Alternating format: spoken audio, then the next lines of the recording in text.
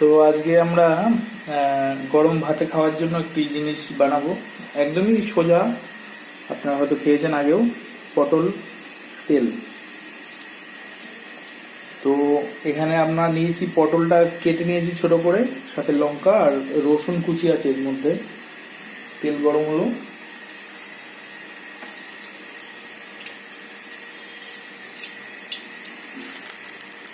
লঙ্কাটা আপনারা আন্দাজ মতো দেবেন। আপনারা চাইলে বেশি ঝাল খেতে চাইলে কুচিয়ে দিতে পারেন।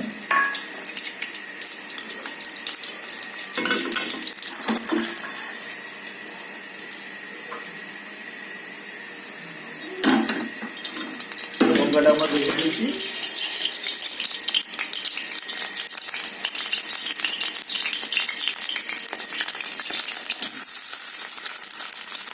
রসুন কুচি এবং পটলটা আমরা দিয়ে দিচ্ছি। নুনটা দেবো এর মধ্যে।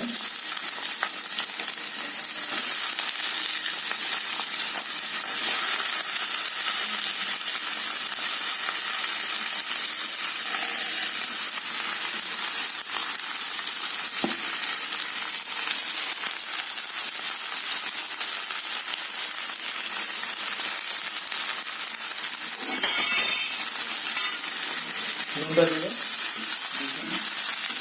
তারপরে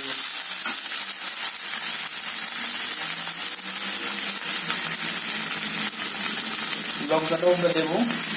আসলে তেলটা একটু বেশি হয়ে গেছিল, যার জন্য লঙ্কাটা একটু তুলে নিয়েছি।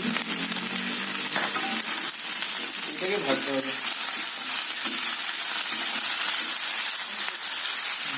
হলুদ দেবো। ঠিক আছে, এটা একটু ভাজা হোক। আমরা এটা ভাজা ভাজা হয়েছে, এখন অনেকক্ষণ লাগবে, বেশ কিছুক্ষণ। এবার আপনারা আন্দাজ মতো হলুদটা দেবেন।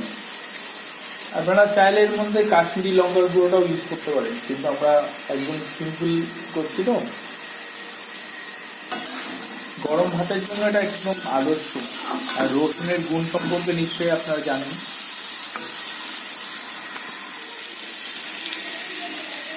আমাদের রসুন পটল ভাজা সম্পূর্ণ হয়েছে। এটাকে আমরা এটা নামাবো।